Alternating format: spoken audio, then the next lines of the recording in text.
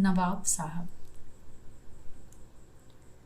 कहते हैं, खुदाबंद करीम जब किसी को कुछ देना चाहता है तो पहले उसका छप्पर फाड़ डालता है। मगर जनाब, यहाँ तो उसने मेरी कमीज पर ही हाथ साफ किया। किस्सा यूँ है कि कलकत्ते की सिंदूरिया पट्टी के मोड़ पर खड़ा पान खा रहा था। एकाएक ऐसा मालूम पड़ने लगा कि मेरे बगल में लखनऊ के मशहूर ताजिर इत्र फरोश असगर अली मोहम्मद अली की ब्रांच नहीं तो एजेंसी तो ज़रूरी खुल गई है। जो नज़र घुमा के देखता हूँ तो वल्लाह आंखें जुड़ी, कलेजे को ठंडक पहुँची। एकदम ख्याल मुझे लखनऊ के चौक में दौड़ा ले गया। इन ढीली धोती और पगड़ी वाले बंगालियों और मारवाड़ियों के शहर में वह चुस्त चक्कन, वह सुरमीली आंखें, वह काकुलें, बस आपसे क्या अर्ज करूं, दिल ने चाहा कि उस अदा पर वहीं अपने को 100 बार कुर्बान कर दूं। नवाब साहब भी पान खाने के लिए ही खड़े हुए थे। सीने पर लगी हुई पतली सी जेब में जरा कमर झुकाकर इस नज़ाकत के साथ उन्होंने 2 उंगलियां डालकर एक इकन्नी निकाली कि मगर वैसे ही बगल से एक बंगाली जादूगरनी चमक कर धक्का देती हुई निकल गई। मैं एकदम दीवार से भिड़ गया। जरा संभलना चाहता था कि पीछे से झूमता हुआ एक मस्त सांड आदम का लपक के तेजी में जो आगे बढ़ना चाहा तो दीवार में लगी हुई कील ने इस नाचीज पर ऐन इनायत की। चर चर से कमीज की बाह ने अपना दरवाज़ा खोलकर फटी बनियाइन की बाकी झांकी लोगों को ठीक उसी तरह दिखाना शुरू किया जैसे कि हवा का तेज झोंका अक्सर काले देव की बेगमात के चेहरों का नकाब उलटकर लोगों को उनकी खूबसूरती का कायल करना चाहता है।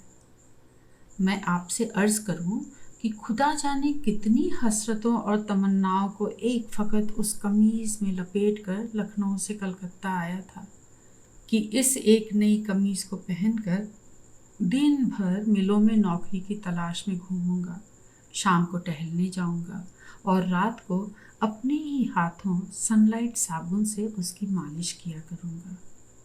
मुर्गी के लिए तकुए का घाव ही बहुत होता है। मेरी कमीज का फट जाना और अवध के कन्हैया नवाब वाजिद अली शाह साहब से अंग्रेज़ों का उनकी तमाम सल्तनत का छीन लेना बिल्कुल एक ही वज़न की 2 चीज़ें थीं। पैदाइश, रहना सहना खास लखनऊ का ही ठहरा।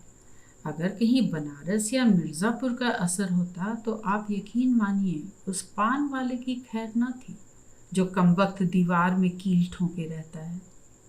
नवाब साहब ने बड़े अफसोस के साथ मेरी तरफ देखकर हमदर्दी से भरे 2 बार अल्फाज कह दिए। गमगीन था ही, उनकी इस हमदर्दी ने हुब्बे वतनी ने जोर मारा। एकदम 1 सेकंड के लिए अपना दुख दर्द भूलकर अपने शहर की तहजीब के ख्याल में गर्क हो कुछ यूं ही बदहवास सा हो गया और कमीज की बाह पकड़कर उसी बदहवासी की हालत में जो आगे बढ़ा तो नवाब साहब भी पलटे। मेरे एक हल्के से धक्के से उनकी पतली खुशनुमा नाजुक छड़ी हाथ से छूट कर गिर पड़ी।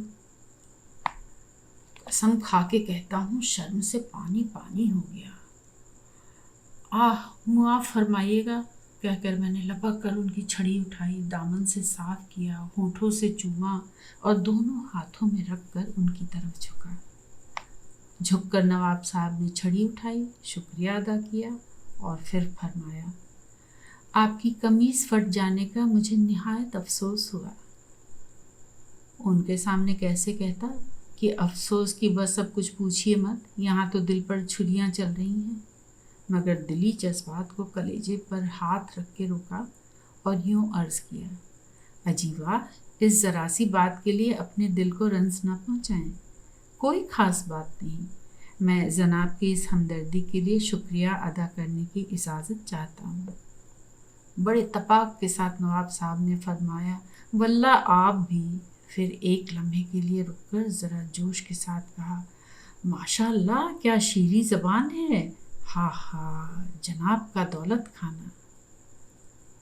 गरीब खाना लखनऊ में है बंदा परवर। बड़े जोश के साथ मेरा हाथ अपने दोनों हाथों में निहायत मुलायमियत से दबाकर कहा, ओहो वल्ला, तभी मैं कहूँ कि यह लहजा, यह तर्ज गुफ्तगू सिवा हमारे शहर के और कहाँ आ सकती है। मगर भाईजान, खूब मुलाकात हुई आपसे भी। आप यकीन मानिएगा, वल्ला आंखें तरस उठी थी अपने हमवतन को देखने के लिए। निहायत अदब के साथ मैंने अर्ज़ किया, हैं मुआफ़ फरमाइएगा हुजूर, यहाँ कहाँ तशरीफ़ रखते हैं? बंदा यहाँ ज़करिया स्ट्रीट पर क़याम करता है। बात यह है कि मैंने आपसे अर्ज़ किया ना कि जान आलम नवाब वाजिद अली शाह साहब, खुदा उन्हें जन्नत बख्शे, मेरे पर बाबा जान थे। जी हाँ, और अब एक तरह से आप ख्याल फरमाइए कि यहीं का बाशिंदा हूँ। इधर हाल में ही कोई 3-4 महीने का वाक़या है, लखनऊ गया था। मगर साहब, सच तो यह है कि वहाँ जाकर अब जी भर आता है। कहाँ तो अपना शहर, अपनी हुकूमत। आप यकीन मानिएगा, वहाँ जाकर मैं फूट फूट कर रोया। सब कुछ लुट गया जनाब। आह! नवाब साहब कुछ देर के लिए शोक में डूब गए। मुझे अपनी फटी हुई कमीज़ का जो ध्यान आया तो दिल गले गले भर आया। निहायत अफसोस के साथ एक सर्द आह खींचकर अर्ज़ किया, अरे वह दिन हवा हुए जब पसीना गुलाब था। आह, क्या क्या अरमान थे, कितनी हसरतें थीं। सारी रियासत तबाह हो गई, मगर अब क्या, एकदम मजनू की तरह घूम रहे हैं। कहाँ तो ये हालत थी कि अरबों का कपड़ा उठाकर गरीबों को बांट दिया और चेहरे पर शिकन तक नहीं, और कहाँ आज यह हालत है कि बस अब पूछिए मत। जिसकी जैसी इज्जत है वही बनाए बैठे हैं, मगर अब खुदा की मर्जी में चारा क्या है। जिसकी इज्जत उसने लूट ली, हम तो कहते हैं भाई लूट लो, तुम्ही ने बख्शी थी, अब वापस ले रहे हो, खैर तुम्हारी मर्जी। कहकर मैंने फिर एक सर्द आह खींची। नवाब साहब ने बात पलटते हुए कहा, लखनऊ में आप किस जगह तशरीफ़ रखते हैं? फिदवी पाटे नाले पर आपके जेर साए परवरिश पाता है। क्या फरमाया आपने? पाटे नाले पर? पाटे नाले पर तो मेरे मामूजात भाई भी रहते हैं। गालिबन आप उनसे वाकिफ़ भी हों। जनाब फरजंद अली साहब उनका इस्म मुबारक है। हलफ उठाकर कहता हूँ, इस नाम को अपनी ज़िंदगी में पहली बार सुना था। वजह यह थी कि पाटे नाले वाला अपना जाती मकान जब खंडहर हो गया, तभी से वालिद बुजुर्गवार साहब मैं अपने बाल बच्चों के मुफ्तीगंज में एक किराए के मकान में उठाए थे। मगर अब इस वक्त तो अपने बाप दादों के बड़प्पन की और नवाब साहब की शान रखनी थी, लिहाजा चट से बोल उठा, बखूबी जानता हूँ साहब, और सच तो यह है कि नवाब साहब के यहाँ ही मेरी 24 घंटे की बैठक है। जो हा, अल्लाह ताला ने क्या नेक तबीयत उनको बख्शी है, वाह वाह, खुदा उन्हें सलामत रखे, बड़े ही जिंदा दिल आदमी हैं वह भी। नवाब साहब ने एक बार फिर बड़े जोश के साथ मेरा हाथ दबाया और बोले, ओहो, तब तो आप मेरे अजीज हैं। जनाब का इस्म शरीफ? खाकसार को तस्लीम लखनवी कहते हैं। अक्खा, आप ही तस्लीम साहब हैं। जनाब से नियाज हासिल करने का तो एक अरसे से इश्तियाक था, और फरजंद भाई तो आपकी इस कदर तारीफ करते थे कि बस। यकीन मानिएगा, सचमुच इस वक्त तो तबीयत खुश हो गई भाईजान। वल्ला देखिए खुदा की मर्जी। हाँ, भाई फिर कहूँगा कि खूब मिले भाईजान। जिन दिनों में लखनऊ गया हुआ था, शायद आप वहाँ तशरीफ़ नहीं रखते थे। जी हाँ, आपका फरमाना बजा है। उन दिनों देवे शरीफ का मेला था, वही मुशायरे का इंतज़ाम था, और आपका यह गुलाम उस जलसे की सदारत के लिए गया था, वरना आपसे दीदार हासिल हो जाता। और कहिए, फरजंद भाई तो मज़े में है ना? जी हाँ, सब अल्लाह का शुक्र है, आपको अक्सर याद किया करते हैं। नवाब साहब हंसते हुए बोले, अरे जनाब, हम लोग तो हम प्याला और हम निवाला हैं। आपको शायद मालूम भी हो, भाईचारे से ज़्यादा हम लोग एक दूसरे के जिगरी दोस्त हैं। और कहिए, उनका तख्तेज़िगर महमूद जो मज़े में है ना, बड़ा शरीफ लड़का है। जी हाँ, बड़ा शरीफ, मगर आप यकीन मानिए कि मेरा बड़ा अदब करता है। जी हाँ। और वो अब्बासी मेहरी, वह बड़ी नेक है। जी हाँ, क्या कहने हैं उसके भी, गजब का इस्लाक है और ऐसी पुरमजाक कि वाह। मैं कलकत्ते आने लगा तो तांगा रोक के बोली, मेरे लिए मुर्शिदाबादी साड़ी लाइएगा, देखिए भूलिएगा मत। और उनका लाल बटे, आपको मानना होगा साहब कि उसकी जोड़ का लखनऊ में दूसरा न मिलेगा। निहायत अफसोस के साथ सांस लेकर मैंने कहा, अरे जनाब, इस अब कुछ अर्ज नहीं किया जाता, कलेजा मुंह को आ रहा है। आज कोई 8 रोज हुए, अल्लाह करे उस कमबख्त बिल्ली को जहन्नुम में भी कीड़े नोच नोच कर खा जाएं। खुदा की मर्जी, उसी के हाथों से जन्नत बदी थी। एकाएक चौंक कर नवाब साहब ने फरमाया, अरे यह आप क्या फरमा रहे हैं? हाय हाय, बड़ा प्यारा जानवर था। अब तक उसका चेहरा आंखों के सामने नाच रहा है। क्या नोकीली चोंच थी, और साहब क्या मस्तानी अदा थी उसकी भी। खैर साहब, जब आप लखनऊ तशरीफ़ ले जाएं तो मेरी तरफ से फर्जंद भाई को दिलासा दीजिएगा। उन्हें बड़ा अजीज़ था, हरदम चाटा ही करते थे उसे। 1-2 मिनट तक चुप रहने के बाद नवाब ने दोनों हाथों से छड़ी को कमर के पीछे रख पान की गिल्लौरी को एक गाल से दूसरी तरफ फेरते हुए कहा, और सुनाइए साहब, और हालचाल क्या है? मैंने भी उसी तरह निहायत इत्मीनान के साथ जवाब दिया, और सब अल्लाह का शुक्र है, आपकी नवाजिश है। लखनऊ में शायद आप अच्छन टांगे वाले को भी जरूर जानते होंगे। जनाब, ऐसा ज़बरदस्त पेंच लड़ाने वाला आपको ज़रा कम ही मिलेगा।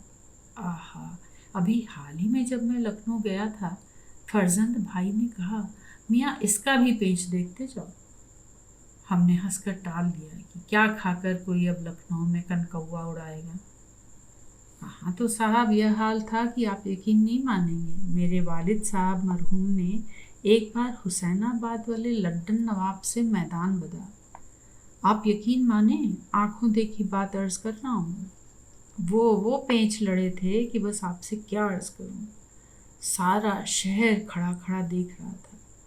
और साहब, लड्डन नवाब ने जो झल्ला कर कांतौआ जन्न से मैदान में उतारा तो बस सारा शहर एक मुंह से यही कह उठा कि भाई, बाजी इस बार लड्डन नवाब के हाथ रहेगी। मगर वाह रे मेरे अब्बा जान, खुदा उन्हें जन्नत बख्शे। 3 दिन और 3 रात तक वह ऐसा नचाते रहे कि बस अब आपसे क्या अर्ज करूं। देखने वालों ने अपनी अपनी उंगलियां काट लीं। और फिर चौथे दिन उन्होंने नवाब लड्डन को छकाकर वो कन्ने पर लपेट मारी कि पौनतावा सर से गायब। यानी कि आप यकीन माने, बड़े बड़े सिनर सीधा बुजुर्गवार भी कह उठे कि भाई, ऐसे पैंच तो हमने जिंदगी भर नहीं देखे थे। गर्जे की बातें करते हम लोग जकरिया स्ट्रीट तक पहुंचे ही थे कि एकाएक इस झन्नाटे से पानी आया कि बस आपसे क्या अर्ज करूं। हम लोग एक दुकान के बरामदे के नीचे खड़े हो गए। अनकरीब 15 मिनट तक हम लोग वहीं खड़े रहे। आखिरकार नवाब साहब ने उब कर कहा, आइए जनाब, हम लोग यहाँ कब तक खड़े रहें। इसी बिल्डिंग के 3 तल्ले पर मेरे एक अजीज़ रहते हैं, चलिए तब तक वहीं आराम किया जाए। यह कहते हुए नवाब साहब आगे बढ़े। मैं भी उनके पीछे ही पीछे चला। 2-3 सीढ़ी घूमकर एक कमरे के दरवाजे पर खड़े हो नवाब साहब ने आवाज़ लगाई, अम्मा बच्चन हैं? अंदर से एक लड़के ने जवाब दिया, जी आ रहा हूँ अब्बा जान। निहायत गुस्से में नाक भौं सिकोड़कर नवाब साहब ने अपनी छड़ी दरवाजे पर ठोंक कहा, ला हौल बिला कुव्वत, अबे चुप। बच्चन ने दरवाज़ा खोलते हुए नवाब साहब से कहा, ए अब्बा, आज जरी चुपके से रहिएगा, अम्मी जान आज बड़ी खफा हो रही हैं। मैं नवाब साहब के पीछे खड़ा था, इसलिए पहली झलक में बच्चन शायद मुझे देख न पाया। नवाब बच्चन साहब 6 पैबंदों से जुड़ा हुआ मैला पाजामा पहने हुए, नंगे बदन, गले और बाहों में 8-10 गंडे ताबीज बांधे खड़े थे। नवाब साहब ने झल्ला कर फरमाया, अबे चुप, अम्मी जान का बच्चा कहीं का, मैं क्या कोई तेरा सचमुच का बाप हूँ? एकाएक घर से एक तेज आवाज़ सुनाई पड़ी, मैं कह देती हूँ, जो तुम मुझे इस तरह से कोसोगे तो अच्छा ना होगा। हाँ, ये तुम्हारे लड़के नहीं हैं तो कहीं गैप से लाए हैं? नवाब साहब खड़े खड़े गुस्से से कांप रहे थे कि अंदर से रोते हुए बेगम ने फरमाया, ओए मेरे अल्लाह, तुमने मुझे कैसी आफत में फंसा दिया। 3 दिन से फाके करो और ऊपर से ये गालियाँ सुनो।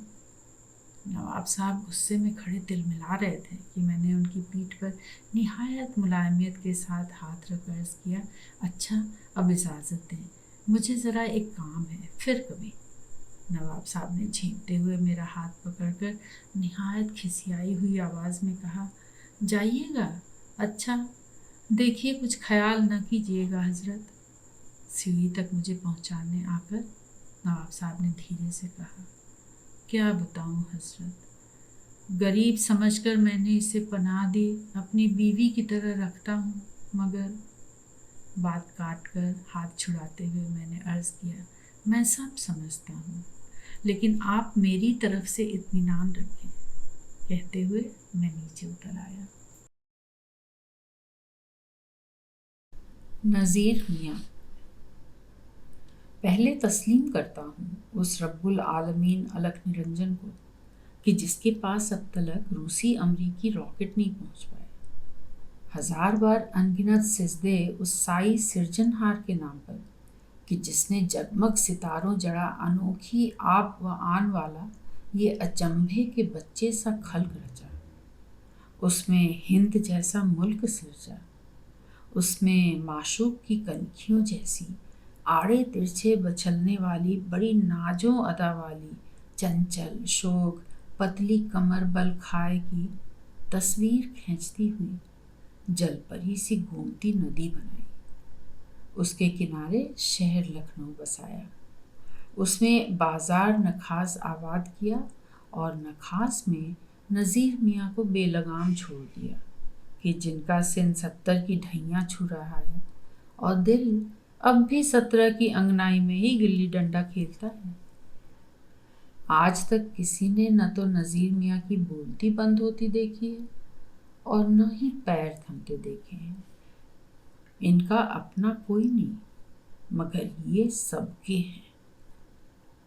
जिंदगी बीत गई, अपना कोई काम नहीं किया, मगर गली के 8-10 घरों के बड़े मियाँ हैं। किसी दुल्हन किसी बेटी ने बुलवाया कि नज़ीर मियाँ ये ला दीजिए और वो ला दीजिए, तो चौक अमीनाबाद दौड़े जा रहे हैं। पुराने माशूकों के आटा दाल गेहूँ गोश्त ला रहे हैं। सब जनी कस्में दिला दिला के कहती हैं कि नज़ीर मियाँ जल्दी लौट आइएगा। सबको ये भी कस्में खा खा कर यकीन दिलाते हैं कि जल्दी लौट आऊँगा, मगर गली सड़क में आते ही बातों का नशा ऐसा चढ़ता है कि वक्त का ध्यान फिर किस मजदूर को रहता है। गली से बाहर आते ही दाहिनी ओर वाली बाजार की 5 दुकानों के ये नवाब मुल्क हैं।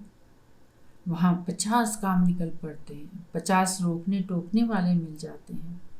फिर दुल्हनें बेटियाँ और माशुकाएँ इनके नाम पर भले रिझा करें, घड़ी देखा करें, कोसें झुंझलाएं, मगर नज़ीर मियाँ बेचारे बेबस हो जाते हैं। क्या करें?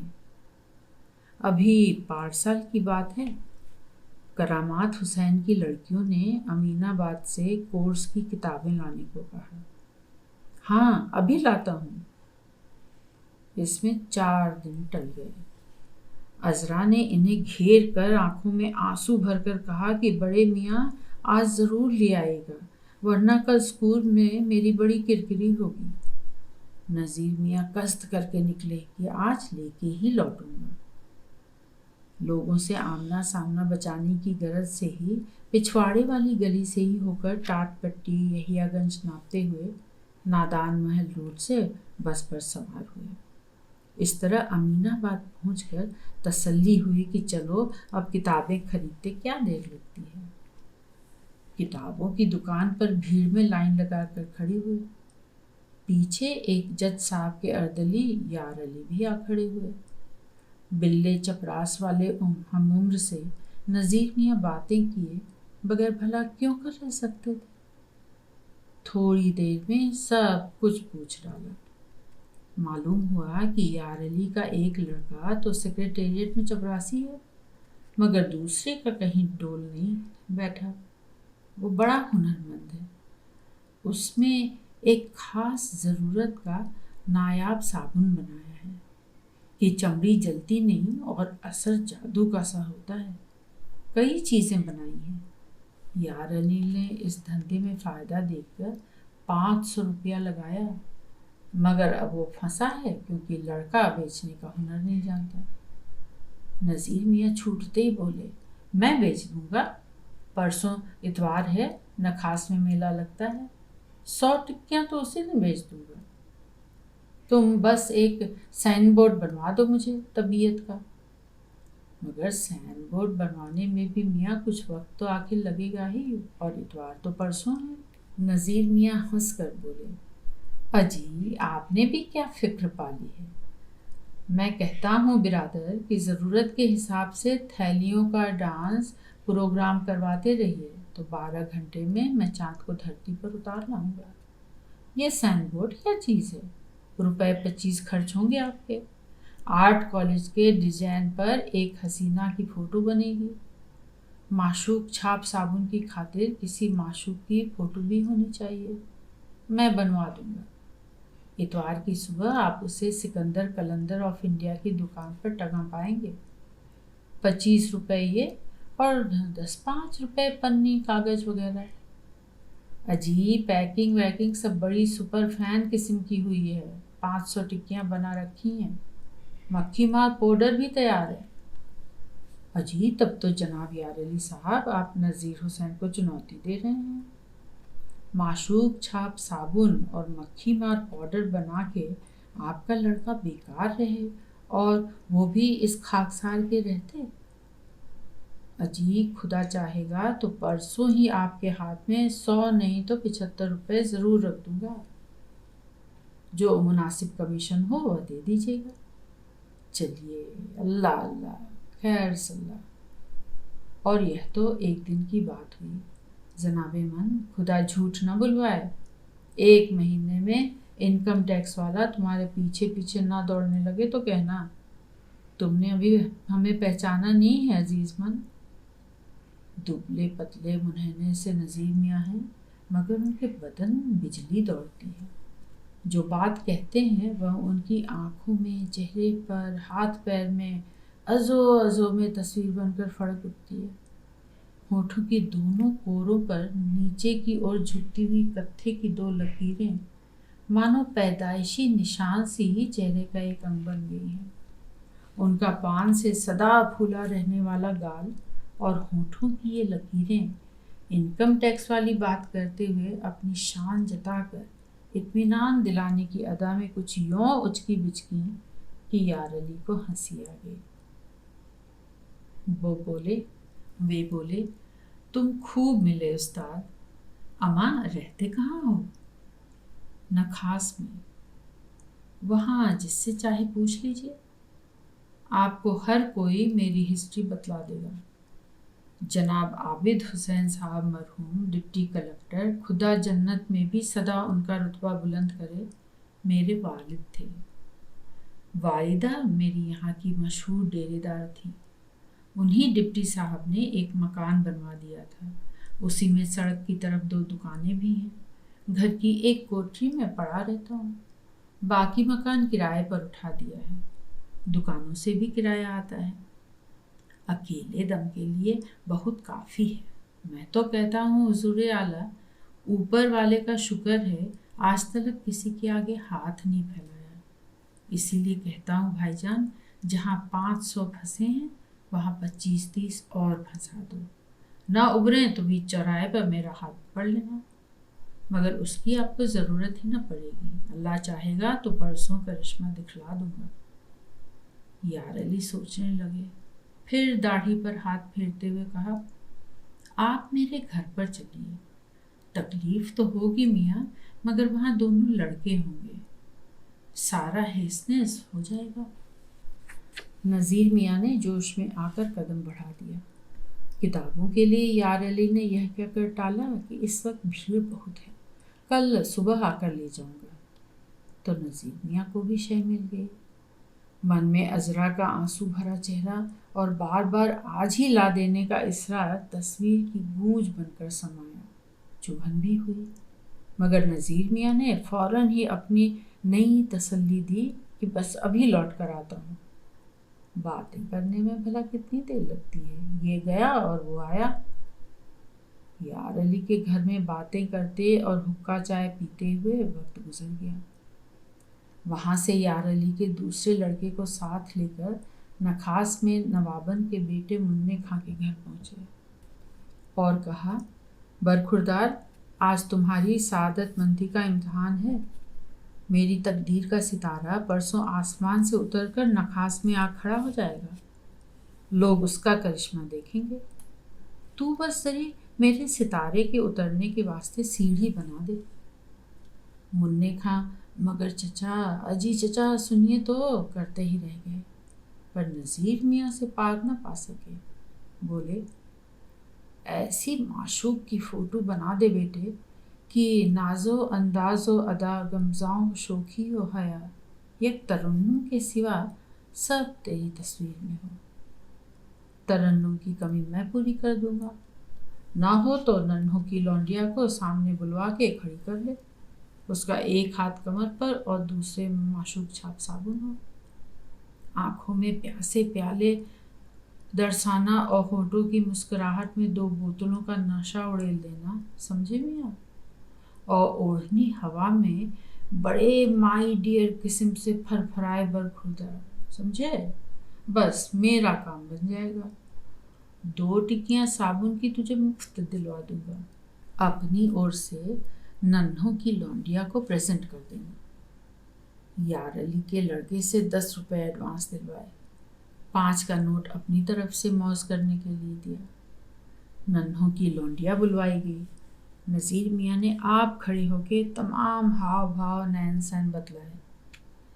बहरहाल सनीचर की शाम को माशूक छाप साबुन का साइन बोर्ड बनकर तैयार हो गया। नीचे stockist Qalandar of India Lucknow भी लिखवा दिया गया। कलंदर सिकंदर की दुकान इनका खास अड्डा है, वे इन्हीं के किराएदार हैं। कलंदर सिकंदर 4 भाई थे। मुल्क के बंटवारे में 2 पाकिस्तान चले गए तो नज़ीर मियाँ ने इनके नाम के आगे ऑफ इंडिया छोड़ दिया। तब से उनकी पंसारी की दुकान का नाम भी यही पड़ गया। उनकी दुकान क्या है, मानो रंग बिरंगे साइन बोर्डों की नुमाइशगाह है। 3 दर की दुकान पर छोटे बड़े सब मेल के करीब 15-16 साइन बोर्ड लटक रहे हैं। छोटे भाई सिकंदर मियाँ को इसका खपत है। माल उसी कंपनी का बेचते हैं जो उन्हें तस्वीरों वाला साइन बोर्ड देता है। पॉशिंग सो सिगरेट का टोपदार साहब, पहलवान छाप बीड़ी का पहलवान, लाइफ बॉय साबुन लगाकर नल के नीचे नहाता मुस्कुराता लौंडा, 131 नंबर की बीड़ी फूंकती और आंख मारती हुई हसीना, लंगूर छाप खिजाब का लंगूर, गरज की आर्ट के नायाब नमूने वहाँ लटके हुए हैं। इतवार की सुबह 7 बजे सब साइन बोर्डों के ऊपर माशूक छाप साइन बोर्ड भी चढ़ गया। इतवार के रोज़ अल्लाह मियाँ की तरफ से खास तौर पर नखास के लिए ही मुकर्रर किया गया है। उस दिन लखनऊ के तमाम अक्लमंद लोग, क्यूरियो डीलर, गरीब शौकीन और देहाती लोग लुगाइयाँ नखास में इस तरह अटाटूट भर जाते हैं गोया नखास दिल हो और उसमें वे अरमानों की भीड़ बनकर समाये हुए हैं। सुबह 8 बजे से ही भीड़ बढ़ने लगी। रौल चौल शुरू हुई। फुटपाथ की दुकान पर बिकने वाले मुर्गे अपनी पुरानी साथिनों से आखिरी रोमांस लड़ाने लगे। कबूतरों की गुटुरगों और तोते मैनों तीतरों वाले पटेरों और चकोरों, तरह तरह के पंछियों की रंगारंग चहचहाट ने धरती के उस टुकड़े का आसमान सिर पर उठा लिया। और जब नन्हे परिंदों से इतना बोझ संभल न सका तो नज़ीर मियाँ ने लाउड स्पीकर हाथ में लेकर माशूक छाप का नारा बुलंद किया। भीड़ उनकी तरफ खींचने लगी। सिकंदर कलंदर की दुकान के आगे टीन की कुर्सी पर खड़े होकर नजीर मियाँ चहकने लगे। आहा हा, हाजिरीन शायकीन गुलंदाम गुलबदन जाने जहाँ कत्ताले आलम आशिको माशूक, चले आइए चले आइए। ए हजरात, यह तो नखास है जहाँ कभी घोड़े बिकते थे, लेकिन अब लोगों का नसीबा बिकता है। जो खुश नसीब हैं वही नखास में आते हैं, सैकड़ों का माल टके टके में ले जाते हैं। हजरात, ये तो नखास है कि जिसकी शान में फिरदौसी तक कहा गया है कि अगर फिरदौस बरूरे जमी अस नखास अस्तो नखास अस्तो नखास अस्त। दिल्ली के बादशाह से जब लखनऊ की यह रौनक देखी न गई तो दिल्ली के लाल किले में नखास की टक्कर का दीवाने खास बनवाया और फिरदौसी के शेर में थोड़ा सा फेर फार कर वहाँ लिखवा दिया। मगर हजरात, जमाना जानता है, अजी मैं कहता हूँ कि हिस्ट्री तवारीख गवाह है कि दीवाने खास सूना हो गया, मगर नखास में अब तक रौनक है। अजी लोग टके टके में अनमोल किताबें यहाँ से ले जाते हैं। पालने और खाने के लिए मुर्गे और बकरी, चहकाने के लिए लालो बुलबुलो बटेर, रिझाने के लिए लहंगा ओढ़नी टिकली बिंदी और रीझने के लिए माशूक छाप साबुन तक सब कुछ यहाँ सस्ते दामों में मिलता है। यहाँ जो चीज़ बिकने आती है वह खुदाई मेहर होती है और जो खरीदार आते हैं उन पर खुदा मेहरबान होता है। गरज की दोपहर होते न होते नज़ीर मियाँ ने माशूक छाप साबुन की धूम मचा दी। दाइयाँ मुगलानियाँ आती, बुरके वालियाँ नकाब उठाए या गिराए हुए गुजरती, देहातिनों के रेले आते और उन्हें देखते ही नज़ीर मियाँ वो फप्तियाँ कसते कि भीड़ में ठहाके उमड़ पड़ते। सुनने वालों का जी लहालोट हो जाता। 2:30 बजे तक नज़ीर मियाँ ने 99 टिकिया बेच डाली, एक बी हैदरी के लिए बचा ली। इकन्नी वाले मक्खी मार पाउडर के 11 दर्जन पैकेट बचे। जब पैसे दिए तो यार अली का लड़का पाँव पकड़ने लगा। यार अली के लड़के को चौकस हिसाब दे और अपना कमीशन लेकर नज़ीर मियाँ पल भर भी न रुके। अजरा की किताबें लाने के वास्ते अमीनाबाद की ओर लग गए। किताबों के साथ 5 रुपए के रसगुल्ले अपनी तरफ से ले गए। लड़कियों को मना लिया। इन्हीं गलियों और इसी सड़क पर नज़ीर मियाँ बच्चे से बड़े मियाँ हुए हैं। नब्बू पान वाला और सिकंदर कलंदर तो इन्हीं के किराएदार हैं। उनका भला तो ये चाहते ही हैं। पड़ोस के हबीब चाय वाले, यूसुफ हलवाई और श्री किशन साइकिल वाले के भी एक खास सगे हैं। यों इनका अड्डा सिकंदर कलंदर की दुकान है, मगर हबीब रेस्टोरेंट में भी बैठा करते हैं। सिकंदर की दुकान पर सौदा सुलूफ लेने के लिए आने वाली औरतों मेहरियों से छेड़छाड़ किया करते हैं। सड़क से गुजरते इक्के टांगों रिक्शों पर जनानी सवारी देखी नहीं कि उधर ही ताकने लगे। अपने आप को हुस्न का जौहरी कहते हैं। इसी आदत की बदौलत 2-1 बार पिटे भी हैं। नज़ीर मियाँ माशूकों के पीछे सदा बदहवास घूमे, मगर अक्ल के पीछे लाठी लेकर न पड़े। पहुँच के बाहर की औरतों को बेबसी में सराहते ज़रूर, पर जहाँ बराबर की जोड़ होती है वहीं बुढ़भस की लाट टकराते डूबते हैं। दिन रात मजनू की तरह बस नस्ल और हिज्र के गीत गाते हैं। मलाई के चप्पन, रबड़ी के दोने, साबुन, तेल, इत्र, गजरे लिए खुशामद में दौड़ते हैं। जहाँ दांव लग गया वही महीने 2 महीने दिलो जान निसार किया। बुझते दिए की तेज लौ के मानंद अपनी हविसों का खिलवाड़ किया। मुनासिब पैसे भी खर्च किए, मगर फिर कहीं और बह गए। फिलहाल 6 महीने से गुलाबबाड़ी के अख्तर नवाब की एक बेवा महरी हैदरी का कलाम पढ़ रहे हैं। खुद ही कहते हैं कि हैदरी जादूगरनी है, वरना इतने दिनों तक कोई उन्हें बांध नहीं सका। ये उसकी खिदमत में लगे रहते हैं और वह इनकी। हैदरी से भी पहली मुलाकात यहीं कलंदर सिकंदर की दुकान पर हुई थी। 50-55 का सिन, मगर नाक नक्शा ऐसा सुडौल कि हुस्न के जौहरी नज़ीर मियाँ चुप न रह सके। धीरे धीरे दुकान की पटरी पर उसके पास आकर बैठ गए और प्यासी नज़रों से निहारते हुए आशिकों की गुटुरगू बोली में पूछा, बी मेहरी कहाँ रहती हो? बी मेहरी भी कम रंगीन न थी। इनकी नज़रों का भाव ताका और मुस्कुराकर कहा, इसी ज़माने में और कहाँ रहूँगी। नज़ीर मियाँ फड़क उठे, बोले, तुम्हारा ज़माना तो इंशाअल्लाह अब आएगा। नज़र बद्दूर अभी तो खिलती कली हो। ए वाह मियाँ, नज़र बड़ी तेज है, दूर की देखते हो। जरा कबर में लटकते अपने पाँव को भी निहार लो। अम्मा वहाँ तो तुम्हें देखने के पहले देखते ही थे, मगर अब तुम इन्हें सुबह शाम पूजे जाना में गश्त लगाते देखोगी। लाओ मैं पहचान दूंगा, मेरे रहते भला तुम बोझा उठाओगी। कहते हुए गशी उठा ली और आगे बढ़े। बी मेहरी तेज हुई, तेजी से लपकी, गठरी छीनने लगी। उधर से हबीब ने तालियां बजाई, चचा ले भागे। आसपास लोगों के ठहाके पड़े। बी मेहरी के अधेड़ चेहरे पर शर्म की लहर यूं दौड़ी मानो तेज हवा में झोंके से पके धान का खेत लहराया हो। बड़े मियाँ उस अदा पर रीझ रीझ उठे। प्यासी नज़रों से देखते, हाथ से सामान देते हुए बी मेहरी का हाथ छूकर खोई हुई मुस्कुराहट के साथ बोले, ये सामने वाला मकान तुम्हारा ही है। बी मेहरी बढ़ चली। नज़ीर मियाँ साथ साथ बातें करते चले। जब से इटाए वाली गुलशब्बो इसमें रहने लगी है, तब से 75 मकान के आते हैं, 20 कलंदर वाली दुकान के आते हैं और 10 नंबर देता है। 105 किराए के और 20-25 और पूछ लेता हूँ। न कोई आल, न औलाद, न जोरू, न जाता, न कोई शौक। क्या कहें, 50,000 की जायदाद है और ये दिल है।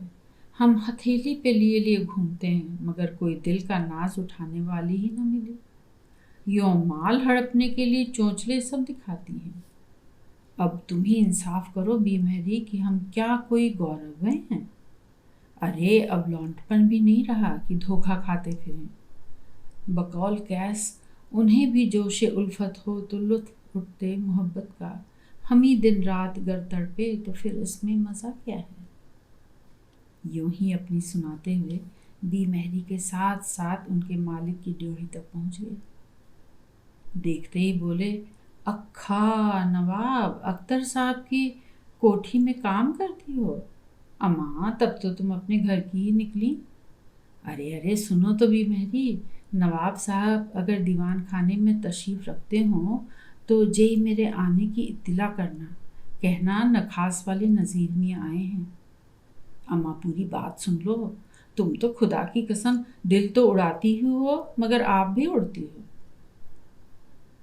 तो क्या करें, तुम तो हो नाठ निगौड़े और यहाँ 50 काम पड़े हैं। नज़ीर मियाँ ने एक सर्द आँख खींची, कहने लगे, ठहरे हैं हम तो मुजरिम टूक प्यार करके तुमको। तुमसे भी कोई पूछे तुम क्यों हुए प्यारे, जरिए अपना नाम तो बतला दो, तुम्हें हमारी जान कसम। इसके बाद मलाई के 56 इतर फुले कंघी आईना, यहाँ तक कि माशूक छाप साबुन की 100वीं टिकिया भी बी हैदरी की खिदमत में पहुंची। 12 महीना 25 रोज़ के चक्करों ने बी हैदरी के बूढ़े दिल में भी इश्क की लहरें उठा दी। तब से वही उनकी इश्किया ज़िंदगी का इकलौता सहारा है। ऐसे बस में हुए हैं, जान सौंप दी पर माल नहीं सौंपा। हाँ लालच बढ़ाते हैं, एक आध जेवर भी दे दिया है। कभी कभी ये इरादा भी जाहिर करते हैं कि हैदरी अगर नौकरी छोड़ दे तो वह उसे अपने घर में डाल लेंगे और आखिरी वक्त में जेवर जायदाद भी उसी के नाम लिख जाएंगे। मगर यूँ तो नज़ीर मियाँ पहले भी कई बार सोच चुके हैं। बी हैदरी के बाद आगे कब और किस किस के लिए फिर ये नेक इरादे जागेंगे, इसे तो सिर्फ ऊपर वाला ही जानता है।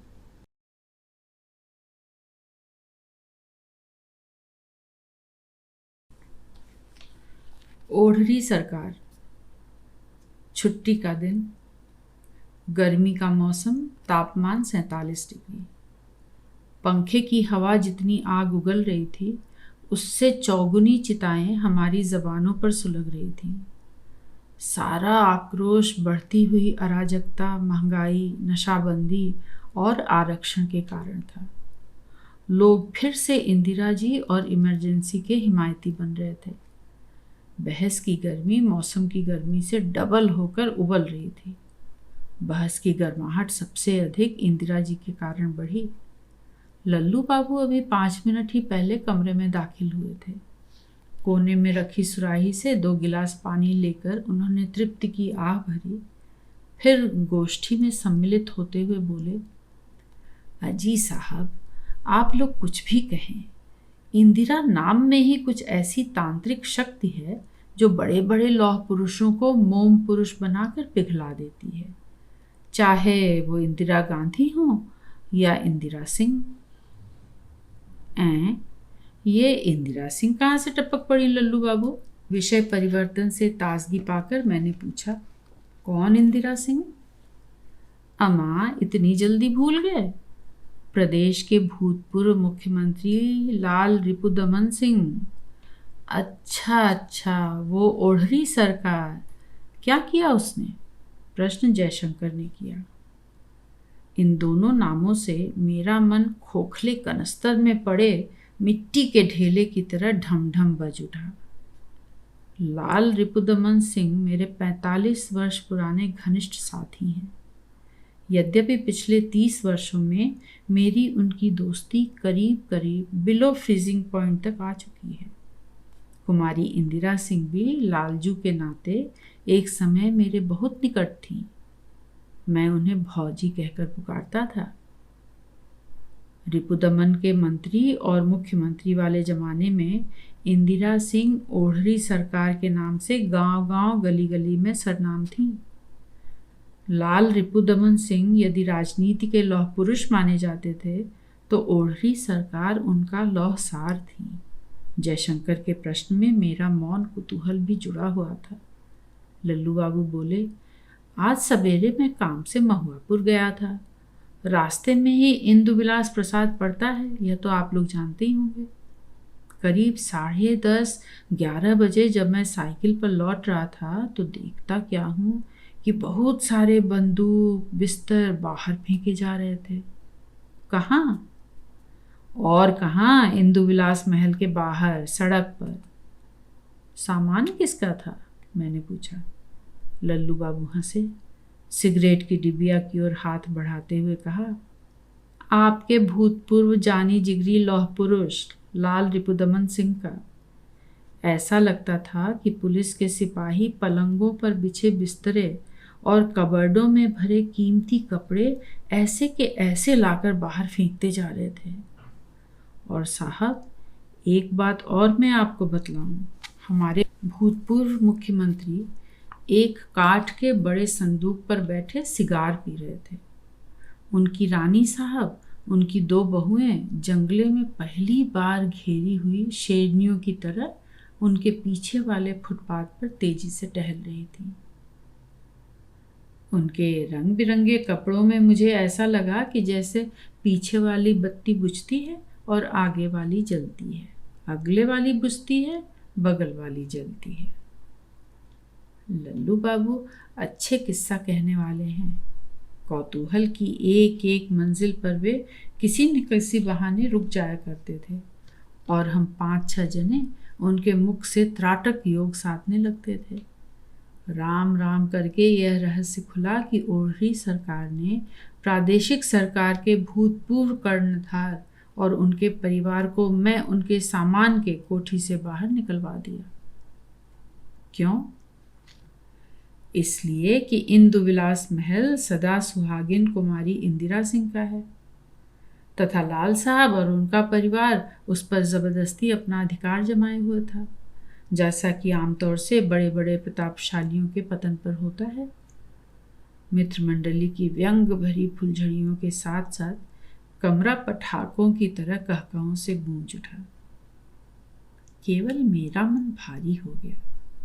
रिपुदमन सन 45 में यूनिवर्सिटी में मेरे सहपाठी हुए थे। सन 47 तक मेरा उनका एक जान दो कालिब वाला साथ रहा। लाल साहब सरौठा स्टेट के छोटे राजकुमार थे। मेरा उनका कुछ दूर का रिश्ता भी लगता था, मगर यूनिवर्सिटी यूनियन की हलचलों में समान रूप से जोशीला भाग लेने के कारण हम दोनों एक दूसरे के बहुत पास आ गए थे। सन 42 के आंदोलन में भी मेरा उनका साथ रहा। मैं तो शुरू में ही पकड़ लिया गया था, मगर रिपुदमन ने अंग्रेज सरकार के छक्के छुड़ा दिए और सन 46 में कांग्रेस की अंतरिम सरकार बनने से 2 महीने पहले तक ऐसे फरार हुए कि परम प्रतापशाली ब्रिटिश सरकार अपनी सारी कोशिशों के बावजूद उनकी छाया तक न छू सकी। उनको इस प्रकार आरक्षित रखने में इंदिरा सिंह का बड़ा हाथ था। मेरे जेल जाने के बाद रिपुदमन ने कुछ साथियों को लेकर एक पुलिस चौकी जला डाली, तभी से फरार हुआ। मैकू अहेर हमारे इस नगर से मिले हुए गांव अन्नूपुर में रहता था। 17-18 वर्ष का नौजवान मैकू यद्यपि राजनीति में कभी सक्रिय नहीं रहा, फिर भी मन से देशभक्त था। चौकी नसीबगंज जलाए जाने की घटना में वह भी संयोगवश जोश में आकर भागीदार बन गया था। वही युवक लाल रिपुदमन सिंह को अपने घर ले आया। मैकू के घर में उसकी अंधी माँ और 21-22 वर्ष की विधवा भावज इंद्रानी रहती थी। स्वयं मैकू कुछ महीने से अपनी ससुराल की जायदाद का मालिक होकर पड़ोस के गांव में रहने लगा था। इंद्रानी का पति हरभजन साल भर पहले ही अपनी रिश्तेदारी में हुए एक लाठी कांड में मारा जा चुका था। तब से इंद्रानी ही अपनी घर गृहस्थी संभालती थी। वह शुरू से ही दबंग थी। अपने स्वर्गवासी पति की साइकिल पर 2 भैंसों का 25-30 सेर दूध कैनों में भरकर शहर के एक हलवाई के यहाँ नियमित रूप से पहुंचाया करती थी। क्या मजाल कि उस पर कोई फप्ती कस तो जाए।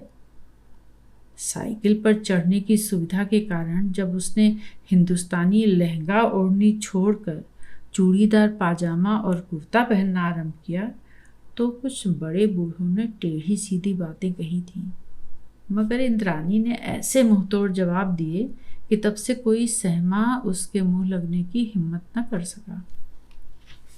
लालजू को छिपाने के लिए मौकू ने तो केवल जोश भरी दिखलाया था, मगर उसे निभाया इंद्रानी ने ही। दिन भर काम ही करती रहती थी। दूध बेच कर आती, 3 प्राणियों का खाना बनाती, गाय भैंसों के लिए चारा काटती।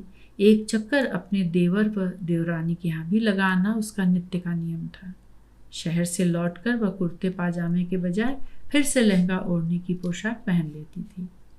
उसकी कुशाग्र बुद्धि, फुर्ती, कमरेपन, तेजस्विता और सच्चरित्रता के कारण लालजू धीरे धीरे उसके भक्त बन गए। शहर में अपने घर वालों से वे उसी के कारण अपना संपर्क साध सके थे। वही उनके लिए घर से किताबें, अखबार और रुपए लाया करती थी। सन 47 के अंत में बीमारी के कारण जब मैं जेल से रिहा हुआ तो इंद्रानी ही रिपुदमन की चिट्ठी लेकर मेरे पास आई थी। धीरे धीरे इंद्रानी हमारे लालजू की इंदु और इंदिरा बन चली। रिपुदमन अपनी इंदु को पढ़ाने भी लगे। पढ़ने में भी वह तेज निकली। सन 46 में अंतरिम देशी सरकार बनी। लाल रिपुदमन सिंह पार्लियामेंट्री सेक्रेटरी बनाए गए। उनका दिन चमका और इंद्रानी उर्फ इंदिरा उर्फ इंदु का गांव छूटा। रिपुदमन ने शहर में ही उसके लिए एक मकान किराए पर लिया, एक नौकरानी, एक मास्टरानी रखी और इंदिरा जी पढ़ने लगी। प्राइवेट हाई स्कूल दिया, इंटरमीडिएट दिया, विशारद बनी। फिर यूनिवर्सिटी में भर्ती होकर बाकायदा बीए भी कर लिया। लाल रिपुदमन सिंह तब तक स्वायत्त शासन मंत्री बन चुके थे और मेरी उनकी घनिष्ठता काफ़ी हद तक घट चुकी थी।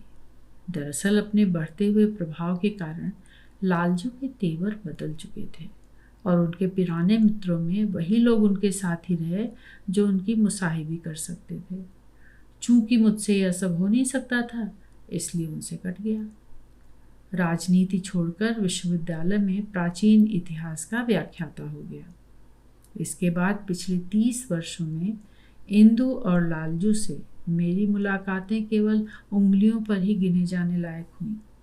बीए में मेरी शिष्य होने के कारण परीक्षा पास करने के बाद इंदु भौजी अंतिम बार मेरे यहाँ मिठाई लेकर आई थी। इंदिरा जी अब सिंह भी हो गई थी, लेकिन इसके साथ ही साथ उनके नाम में कुमारित्व भी जुड़ गया था। जो हो, आम जनता की जबान पर वे केवल ओढ़री सरकार ही थी। दुनिया जानती थी कि लौह पुरुष लालजू की जान ओढ़री सरकार में ही बसती है। सन 71 के चुनाव के बाद लालजू मुख्यमंत्री बने। उनका इंदु विलास महल तो तभी से बनने लगा था जबकि वे पीडब्ल्यूडी के मंत्री थे, लेकिन उसकी सजावट और चमत्कारी ऐश्वर्य उसके मुख्यमंत्री निवास बन जाने के बाद ही बढ़ा। तभी से इंदु उर्फ ओढ़री सरकार अलग बंगले में न रहकर 8वां पहर लालजू के साथ ही रहने लगी थी। सुना कि रिपुदमन ने करोड़ों रुपयों की हैसियत बना ली थी। ओढ़री सरकार भी लाखों से खेलने लगी थी। उनके गांव अन्नपुर में उनके लिए एक बहुत बड़ा डेयरी फार्म बनाया गया था। सरकारी ना होते हुए भी सारी सरकारी सहूलियतें कामधेनु डेयरी फार्म को मिली हुई थी। शहर में कुमारी इंदिरा सिंह की अपनी मलकियत के 2 बंगले भी थे, लेकिन अभी तक मुझे यह नहीं मालूम था कि लालजू ने अपना यह इंदुविलास महल भी ओढ़री सरकार के लिए ही बनवाया था। कुछ भी हो, पुराने घनिष्ठ मित्र के संबंध में यह बुरे समाचार सुनकर मेरे मन को बार बार धक्के लगे। इंद्रानी के प्रति मेरा आश्चर्य भी उसी अनुपात में बढ़ता रहा। इंद्रानी तो लालजू के जीवन में ऐसी गाढ़ी धुली हुई थी कि मानो दूध में मक्खन गाढ़ा होकर घुला हो।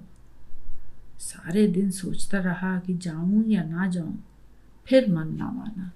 शाम तक दूरभाष के द्वारा मैंने यह पता लगा ही लिया कि लाल रिपुदमन सिंह अपने साले राजा गणेश बख्श सिंह की कोठी स्नेहीपुर हाउस में अकेले टिके हैं। उनकी पत्नी अपने पुत्रों और पुत्रवधुओं के साथ अपनी ससुराल की पुरानी पैतृक कोठी में थी। इस खबर से मैंने इतना तो जान लिया कि पत्नी और बेटों ने भी इस महान अपमान के कारण लालजू को त्याग दिया है। मेरे मन में लालजू से मिलने की उत्सुकता और भी बढ़ गई। मैंने कार निकाली और स्नेहीपुर हाउस की ओर चल पड़ा।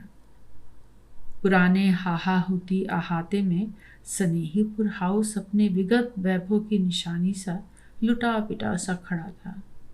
स्नेहीपुर के राजा गणेश बख्श सिंह और उनका परिवार अब बम्बई में रहता है। उन्होंने वहीं हवाई अड्डे के पास एक शानदार होटल खोल दिया है। अच्छी आमदनी है। अपनी सामंती शान के कारण अपने स्नेहीपुर ग्राम के महल और राजधानी की इस कोठी में थोड़ा बहुत पैसा भी लगाते रहते हैं और देखभाल के लिए अब भी 2-1 नौकर चाकर वहाँ रहते हैं। मैं जब पहुंचा तो भूतपूर्व मुख्यमंत्री लॉन में अकेले बैठे बियर पी रहे थे। मुझे देखकर वे एकाएक चौंके, फिर लहक कर उठे। उन्होंने मेरा स्वागत किया। आओ जी रंजीत, कस कर कलेजे से चिपका लिया। फिर बोले, तुम्हें देख के हमका गुसाई जी महाराज के चौपाई याद आएगी। धीरज धर्म मित्र अरुणारी, आपत्ति काल पर खिए चारी। अरे कोई है? कोई होगा तो जरूर, मगर आया नहीं। भूतपूर्व मुख्यमंत्री झेप कर खुद ही कहते हुए, ठहरो, हमें लाई दी थे कुर्सी। बरामदे में से वे एक कुर्सी उठाकर लाए। मैंने रास्ते में ही उसे ले लिया। व्यवस्थित होकर बैठने के बाद मैंने कहा, यह सब क्या हो गया लालजू? इंदु भौजी से मुझे तो ऐसी आशा कभी नहीं थी। मुंह से गंदी गाली निकालते हुए वह बोले, साली छोटी जात की स्त्री से और आशा ही क्या की जा सकती है। खैर, बियर पियोगे? मैंने 2 बोतलें मंगाई थी, एक पी डाली और एक अभी बची है। क्या करें यार, वह गालिब का शेर है ना, निकलना खुल्द से आदम का सुनते आए थे, लेकिन बहुत बेआबरू होकर शेर अधूरा ही छूट गया। भद्दी गालियां मुंह से निकलने लगी। बातों में क्रमशः यह कारण जाना कि कल शाम इंद्राणी के मामा और उनके साथ कुछ और अहिर नेता आए थे। आरक्षण के मसले पर सरकारी हलकों में चूंकि आजकल बहुत गर्मा गर्मी है, इसलिए वर्तमान मुख्यमंत्री ने विभिन्न जातियों के कुछ लोगों को मंत्रणा देने के लिए राजधानी बुलवाया था। वे सब कुमारी इंदिरा सिंह बीए विशारद एमए से मिलने के लिए भी इंदु विलास पैलेस में आए थे। सन 77 के चुनाव में लाल रिपुदमन सिंह और उनकी पार्टी की तो करारी हार हुई, मगर संयोग से कुमारी इंदिरा सिंह जीत गईं। लाल रिपुदमन सिंह की मंत्रणा के कारण ही कुमारी इंदिरा सिंह इस प्रदेश के हरिजन मुख्यमंत्री तथा अन्य कुछ मंत्रियों से अपने संबंध बनाए हुए थीं। लेकिन जब वे लोग आए और आरक्षणी राजनीति की बातें चली तो लाल साहब का पारा यकाएक चढ़ गया। गरज कर बोले, आप लोग मेरे घर में बैठकर ऊंची जातियों के विरुद्ध षड्यंत्र रचेंगे, यह मैं बर्दाश्त नहीं करूंगा। दूर चले जाइए मेरी आंखों के सामने से। सो बंधु, कल मैंने उन्हें निकाला तो आज उस हरामजादी ने मुझे और मेरे परिवार को अपने ही बनवाए महल से बाहर निकलवा दिया। मेरी बिल्ली मुझी से ही म्याऊं करने लगी है। इसके साथ ही उन्होंने तथाकथित छोटी और दलित जातियों के लिए इतनी भद्दी भद्दी गालियां देना आरंभ किया जिसकी मैं कल्पना नहीं कर सकता था। मैंने सोचा कि अब की पराजय से पूर्व मुख्यमंत्री मन ही मन बौरा उठे हैं। उन गालियों भरे मन की धारा बोड़ने के लिए मैंने पूछा, क्या महल भी तुमने इंदु के ही नाम से बनवाया था? नहीं, असल में रानी साहब और उनके लड़कों के उत्पात के कारण ही मैंने इस महल को उसके नाम लिख दिया। दोनों कुंवर साले बार बार कहते थे कि इसे हमारे नाम लिख दीजिए। इलेक्शन में हारने के बाद उनकी महतारी ने मेरा नातका ही बंद कर रखा था। बहाने के तौर पर मैंने यह प्रॉपर्टी इंदु के नाम कर दी। मैं क्या जानता था कि हरामजादी मुझे ही अपनी जात का ओछापन दिखलाएगी। ऐसा विश्वासघात मेरे साथ कभी नहीं हुआ। यूं तो जातियों के ऊंच नीचपन के संस्कार अभी हम सबके मनों में पलते हैं, फिर भी अनेक प्रगतिशील विचारक इन बातों से मुंह मोड़ चुके हैं। खास तौर से राजनीति के क्षेत्र में लाल रिपुदमन सिंह जैसा घाक पुरुष इस तरह से कहे तो कुछ कुछ अजब भी लगता है और दुख भी होता है। मैंने कहा, लालजू, जाति वर्ण विहीन समाज की कल्पना कभी हम दोनों ने मिलकर की थी। आज तुम इतने बदल क्यों गए हो? मैंने नहीं, बदला है इन छोटी जातियों की सरकार ने बैठे ठाले खामख्वाह या आरक्षण का तमाशा खड़ा कर दिया है। सालों ने इज्जत ले रखी है हमारी। वह चाहते हैं कि सवर्ण साले सब माइनॉरिटी में आ जाएं और वे लोग उन्हें घर में पीसते हैं। सहसा मेरे दिमाग में एक बिजली सी कौंध उठी। उलझन की भूल भुलैयों में भटकते भटकते मन को राह मिली। मैंने शायद उस समय सोचने की भी आवश्यकता नहीं समझी और पूछ बैठा, लालजू, चुनाव में अपनी हार और इंदु भौजी की जीत से कहीं तुम्हारे वर्षों के सिद्ध लौह पुरुषत्व को ऐसी ठेस तो नहीं लगी कि तुमने बात बात में छोटी जात कहकर भौजी को चढ़ाया हो? राजनीति कूटनीति से आकंठ भरा भरा लालजू का वर्षों से सिद्ध लौह पुरुषत्व मेरी ओर पैनी रौब भरी नजरों से देखने लगा। मैंने उसकी परवाह न की, बात में बात जोड़ी। तुम अकेले ही इस तरह के अपराध के दोषी नहीं हो। सवर्णों के करीब करीब सभी वर्गों में यह प्रभुता की भावना हजारों वर्षों से घर किए है। जाने अनजाने हम सभी इस गलती के शिकार होते हैं। तुम मेरे मित्र हो रंजीत, तुम्हारे इस सत्य कथन को मैं नहीं काटूंगा, पर उस उल्लू की पट्टी को इतने वर्षों तक मेरे साथ रहते हुए भी यह समझ क्यों न आई कि मैं अपनी गहरी से गहरी चिढ़ भी खुले मन से उसी के सामने प्रकट कर सकता हूँ जिसे मैंने गहरे मन से प्यार किया है। जिस प्रॉपर्टी को मैं जीते जी अपने बेटों को भी नहीं देना चाहता था, उसे इंदु के नाम लिखकर मैंने उस पर कितना अथाह विश्वास प्रकट किया था। कोई किसी को भला इतना विश्वास दे सकता है? मैं उसे कभी क्षमा नहीं कर सकता रंजीत। हरामजादी ने मेरी दौलत लूटने के लिए ही यह षड्यंत्र किया है, लेकिन वह भूल जाती है कि मैं बड़े बड़े जहरीले नागों और नागिनों को अपने वश में करने का मंत्र जानता हूँ। मैं लाल रिपुदमन सिंह के साथ करीब घंटे 1.5 घंटे रहा, मगर कोई समझदारी की बात उनके मुख से न सुनी। हाँ, यह रहस्य अवश्य हाथ लगा कि इंदु विलास महल में उनका कोई गुप्त स्ट्रांग रूम है, जिसका पता किसी को भी नहीं है, इंदिरा सिंह तक को भी नहीं, और वह अपने स्ट्रांग रूम के लिए मन से दुर्बल हुए चले जा रहे हैं। उनके बिना वे पैसे के मोहताज हैं और एक बार वे किसी भी प्रकार इंदु विलास महल में जाने के लिए बेताब हो रहे हैं। लालजू ने सीधे सीधे तो मुझसे एक बार भी न कहा, किंतु बातों में तरह तरह से घुमाकर मुझसे यह अनुरोध किया कि मैं इंदु से मिलकर उसे समझाऊं कि वह स्नेहीपुर हाउस आकर उन्हें मनाए और इंदु विलास महल में ले जाए। इस नेकी का बदला चुकाने के लिए लालजू इंदु को यह वचन देने के लिए भी तैयार थे कि भविष्य में वे अपनी ब्याहता पत्नी और बेटों से कोई संबंध नहीं रखेंगे। अब भी 90% वे सदा इंदिरा के साथ रहे हैं और भविष्य में वे 100% उसके ही होकर रहेंगे। स्नेहीपुर हाउस से जब चला तो मेरा मन लालजू रूपी दर्पण में अपने आप को देखने लगा। मैं बहुत संयत हूँ, मेरी कथनी और करनी में कम अंतर रहता है, फिर भी रहता तो है। अनजाने में अक्सर मेरा छात्र धर्मी स्वाभिमान दूसरों को छोटा समझने की स्थिति में आ जाता है। जातियों का छोटा बड़ापन, उनके भेद अभी तरह तरह से हमारे सवर्ण मनों में पलते हैं। यह प्रभुता और दासता की हजारों वर्षों से जमी हुई जड़ें क्या आसानी से उखाड़ी जा सकती हैं? पहले तो खास विचार नहीं था, लेकिन यह सब सोचते हुए फिर दवाओं की एक बड़ी दुकान देखकर मैंने अपनी गाड़ी रोक दी और दुकानदार की अनुमति लेकर मैंने इंदु विलास महल से फोन मिलाया।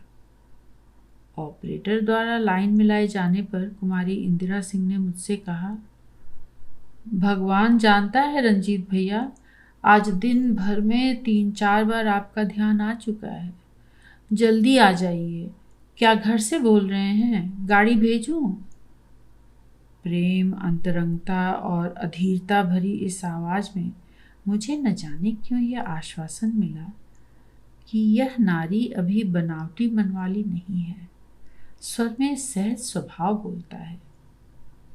ओढ़री सरकार के प्रति मन में स्नेह छलछला उठा। ठाकुर हूँ, जमींदार कुल का हूँ। मैंने बचपन से ही अपने घर में नाते रिश्तेदारों में और दूसरे ब्राह्मण बनियों के जीवनों में बहुत सी रखैलों को देखा है। मेरे दादा के एक फुफेरे भाई थे, उन्हें छोटा मोटा तालुकेदार कहिए। जब मैंने उन्हें देखा था तब काफ़ी बूढ़े हो चुके थे, मगर उन्होंने अपने महल से कुछ दूर हटकर एक बाग बनवा रखा था। अनेक असवर्ण और दलित जातियों की छोटी उम्र की कन्याओं से घिरे वे अधिकतर उसी बाग में रहा करते थे। बड़े हंसमुख, बड़ों में बड़े की तरह और छोटों में छोटे की तरह घुल मिल जाते थे। वे उन कन्याओं को अपनी हिरनियां कहते थे। उन्हें खूब खिलाते पिलाते भी थे और नितांत अविकसित आयु में ही उनकी चेतना में विलासरत नारीत्व का भाव भर देते थे। उन छोटी छोटी बच्चियों को हंसी हंसी में यह बतलाने से भी नहीं चूकते थे कि उनकी नानी दादियों के साथ हजारों बार यह खेल खेला था। गांव में आमतौर से सदियों से छोटी जातियां बड़ी जातियों के पुरुषों की रखैल बनने को बाध्य होती थीं। दासों की स्त्रियों पर स्वामी का अधिकार होता है। कहीं कहीं राजा और पुरोहित वर्ग के लोग अपने प्रजाजनों की नई ब्याहली बहुओं के साथ सुहागरात मनाने का धार्मिक अधिकार भी रखते थे।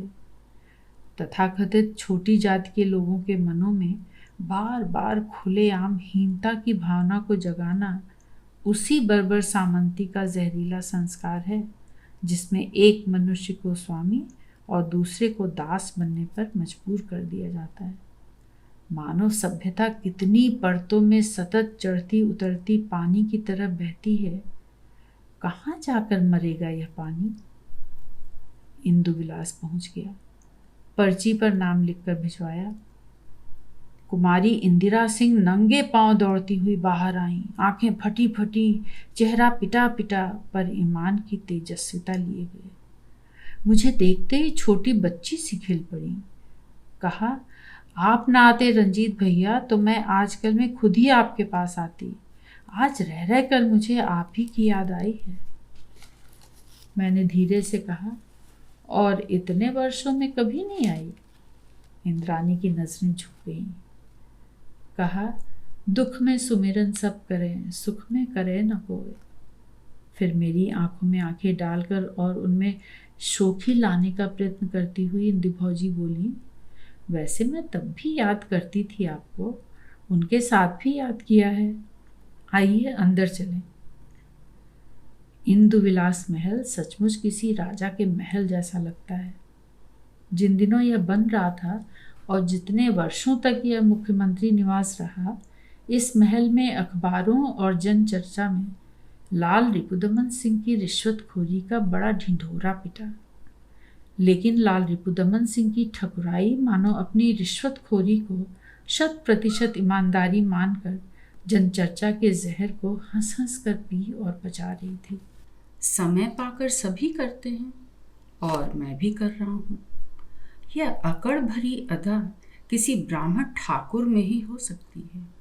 मोटी मोटी कालीनें, झाड़ फानूस और फर्नीचर तथा सजावट का सामान देख देख कर मेरी आंखें चौंधी आने लगी। खट से उस करोड़ों की धनराशि का ध्यान भी आया जो लोकप्रिय देशभक्त और जनसेवक लाल रिपुदमन सिंह ने इस लाखों के ऐश्वर्य में कहीं स्ट्रांग रूम बनवाकर छिपा रखी है। भौजी मुझे अपने निजी कमरे में ले गई। गैलरी में खड़ी हुई एक नौकरानी से कहा, जानती है मेरे जेठ जी देवर जी हैं, खाना साथ ही खाएंगे। जेठ जी देवर जी के सम्मिलित नाते की इजाद पर हम हंसे। मैंने कहा, लेकिन भौजी वोजी कुछ नहीं, आपके घर में टेलीफोन है? हाँ। अपने कमरे के फ़ोन से भौजी ने ऑपरेटर को आदेश दिया, डॉक्टर रणजीत कुमार सिंह के घर पर टेलीफोन मिलाकर कह दो कि वे खाना यहीं खाएंगे और लौटने में अगर कुछ देर हो जाए तो भाभी चिंता न करें। सोफे पर बैठकर कमरे में इधर उधर नजरें दौड़ाने लगा। टेलीफोन रखकर इंदु भौजी बोली, अपने मित्र के राज्यकाल में आप शायद यहाँ कभी नहीं आए। मेरी ऐसी हैसियत नहीं थी। तब लालजू मुख्यमंत्री थे और मैं एक साधारण प्रजाजन। और आज आप दोनों ही साधारण प्रजाजन हैं। लेकिन तुम और लालजू साधारण होकर भी असाधारण हो भौजी। मेरा बड़े से बड़ा अपराध भी काल चक्र में नाचकर भुला दिया जाएगा, जबकि तुम लोगों की छोटी से छोटी बातें भी हवा के जर्रे जर्रे में बिजली बनकर अब भी चमक सकती है। भौजी चुप रही। मैंने भी जानबूझकर बात को आगे बढ़ाना उचित न समझा। हमारे बीच उपस्थित होने वाला कुछ क्षण का मौन शायद भौजी को बहुत बड़ा लगा। इसलिए ही शायद उनका ध्यान गया और पूछ बैठी, क्या लेंगे, शरबत, लस्सी या बियर? खाने में अभी आधे पौने घंटे की तो देर लगेगी ही। कुछ भी पिला दो भौजी, मुझे तो अपनी अति सेवा का मान रखना है। मान सम्मान बड़े लोगों का होता है भैया, मैं तो आपके मित्र की रखैल मात्र हूँ। जनता की जबान पर ओढ़री सरकार, एक बदनाम स्त्री। मैंने आप दोनों के नाते को इस तरह से कभी देखा नहीं भौजी। और जहाँ तक लालजू का प्रश्न है, मैं समझता हूँ कि उन्होंने आपको सदा पत्नी की तरह चाहा और माना है। सारे अधिकार तो उन्होंने दे रखे हैं आपको। आप तो इतिहास विद्वान हैं रंजीत भैया, जानते ही होंगे कि किसी बादशाह ने अपनी चहेती डोमिन के लिए एक महल भी बनवाया था। आप भी तो एक महल की स्वामिनी हैं। यह महल मेरा नहीं है, मगर मैंने तो सुना है कि लालजू ने यह महल आपके नाम लिख रखा था और आपने उन्हें और उनके परिवार को ज़बरदस्ती दखल जमाने के अपराध में ही निकाल दिया है ना। लेकिन पहली बात तो यह है कि मैंने उनकी पत्नी और बेटों के परिवार को निकाला था, उन्हें नहीं। विश्वास ना होने पर पुलिस में मेरी रिपोर्ट देख सकते हैं आप। मगर तुम्हारी ऐसी संयत और सावधान स्त्री को यह ना करना चाहिए था। जब कल से समाचार पत्र देखोगी तो मेरा क्या बिगड़ेगा? अरे जब उतर गई लोई तो क्या करेगा कोई? बदनाम होंगे तो वह होंगे। आज तो मैं किसी अखबार वाले से मिली नहीं, पर यदि आवश्यकता पड़ी तो मैं यह कहने से कदापि नहीं चूकूंगी। हरिजनों और असवर्णों के सुख्यात हितचिंतक माननीय भूतपूर्व मुख्यमंत्री जी में जातिवाद का कितना विष भरा है। सुनो भौजी, इस समय तुम आवेश में हो। यह आवेश एक दिन का नहीं है। अपनी हार के बाद इन्होंने न जाने कितनी बार मेरी छोटी जात को कोसा है। कल खुले आम 4 लोगों के बीच इन्होंने मेरे बूढ़े मामा जी का अपमान कर दिया। यह ठकुराई की ठमक अब न सहूंगी। अहिर हूं मैं भी। गौ माता की सेवा करना छोटा और अपवित्र काम नहीं है। मेरी बिरादरी की वजह से ही इनकी जमानत जब्त नहीं हुई, वरना लौह पुरुष जी की नाक पूरी ही कट जाती।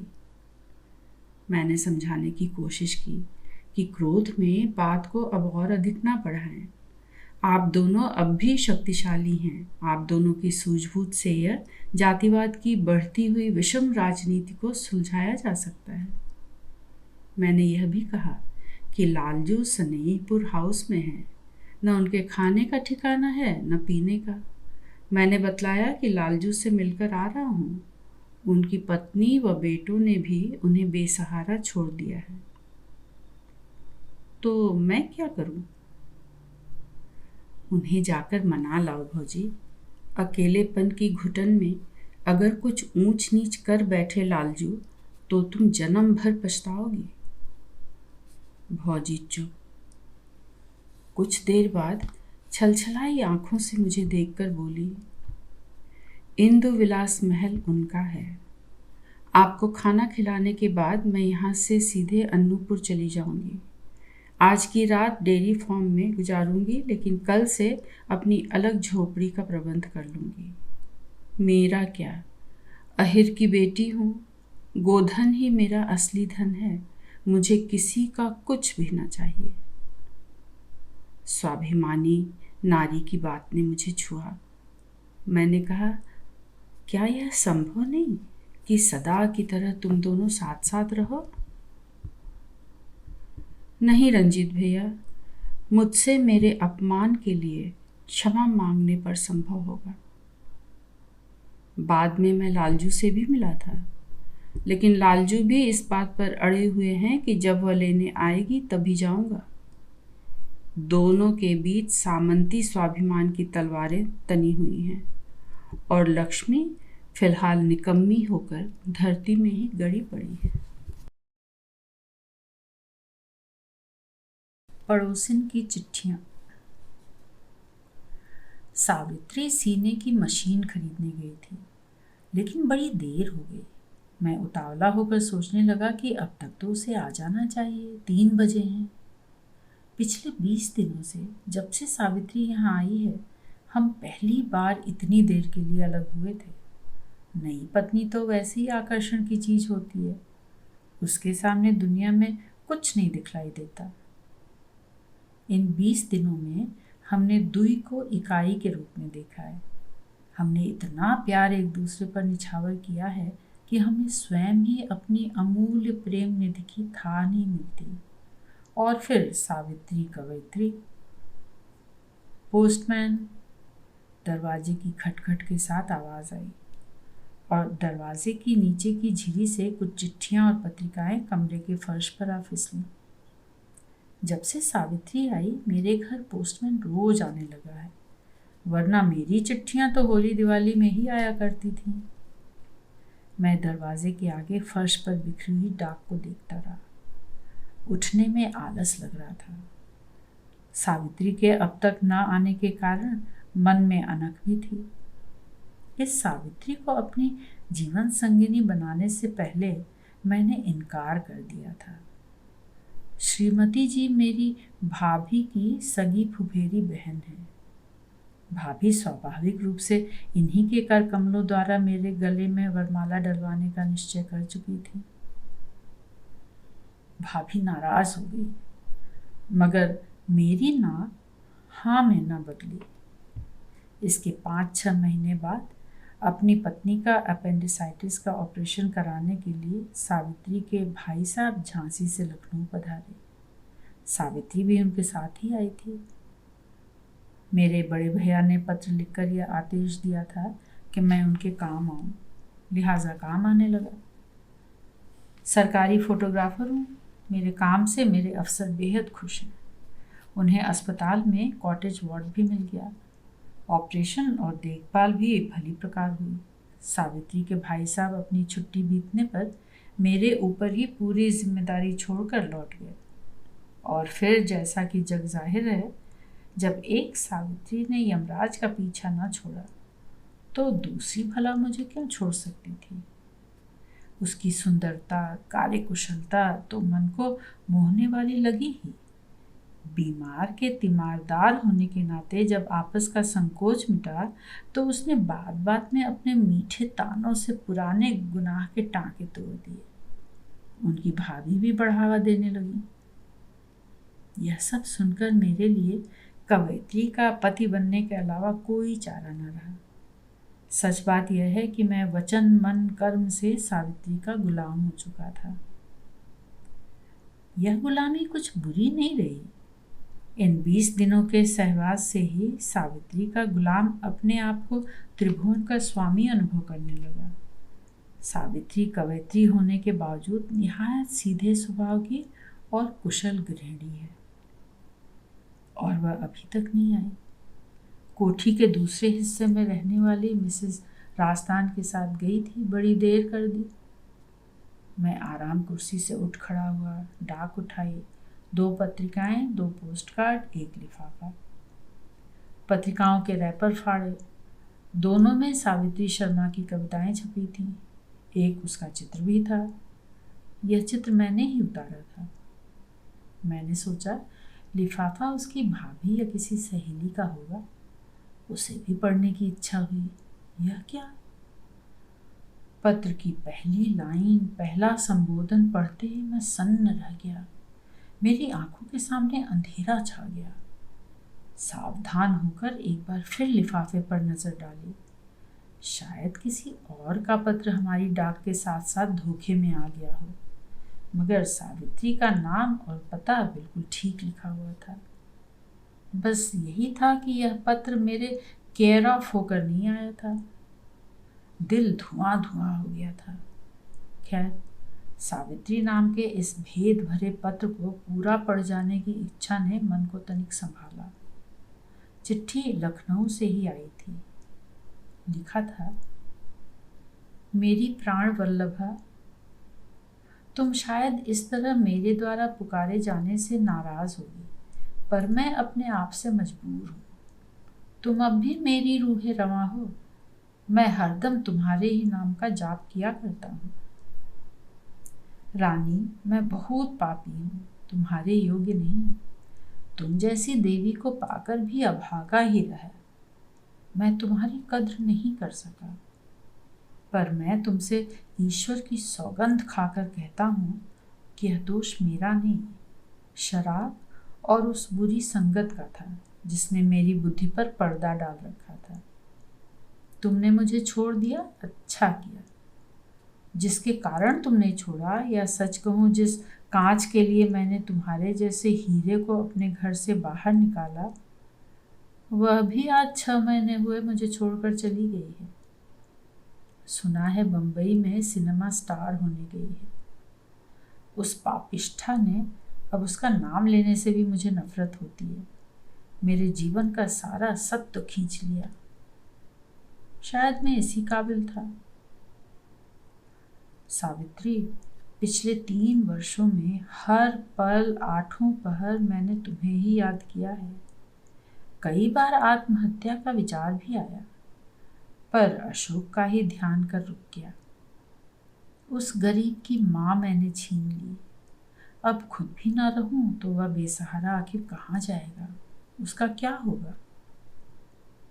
तुम्हारा पता लगाते हुए यहाँ आया हूँ। अशोक भी मेरे साथ ही है। कल मैंने तुम्हारे नए पति के साथ तुम्हें हजरतगंज में देखा था। तुम मुझे सुखी नजर आई। तुम्हारा वह पति देखने में तो शरीफ नहीं लगता है। मैं तुमसे किस तरह बतलाऊं कि अपनी सावित्री को दूसरे के साथ देखकर मेरा दिल कितना रोया है।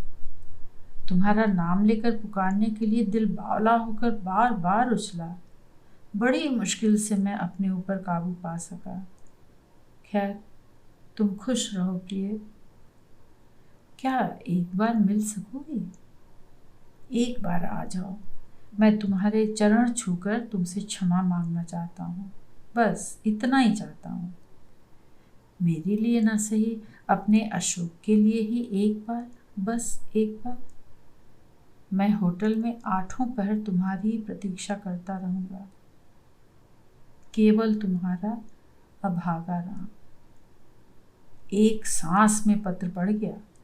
इतनी जरा सी देर में ही मेरी दुनिया मेरी न रही। थोड़ी देर के लिए मेरी चेतना हत हो गई। सावित्री का कोई और भी दावेदार है। सावित्री किसी के बेटे की माँ है। सावित्री जिसे मैं अपनी, केवल अपनी समझता था। पर इसने मुझे ठगा क्यों? मेरी भाभी ने मुझे क्यों इस तरह बेआसरा कर दिया? ओह, मैं तो कहीं का न रहा। विश्वास का उठना ही प्रलय है।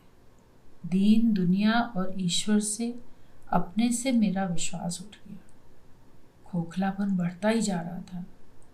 मैं सोचने लगा कि सावित्री के सामने आने पर मैं उससे नजरें कैसे मिलाऊंगा।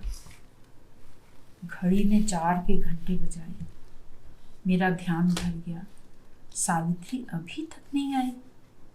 शायद उसका पहला पति उसे रास्ते में कहीं मिला हो। शायद वह अपने बेटे को देखने चली गई हो। इन विचारों ने मुझे बेहद बेचैन बना दिया है। सहसा विचार आया कि इस पत्र को यहीं पलंग पर खुला छोड़कर चला जाऊं। सावित्री आएगी, पत्र पढ़कर जो उसका जी चाहेगा करेगी। उसे अपने पहले पति के पास लौट जाना हो तो लौट जाए।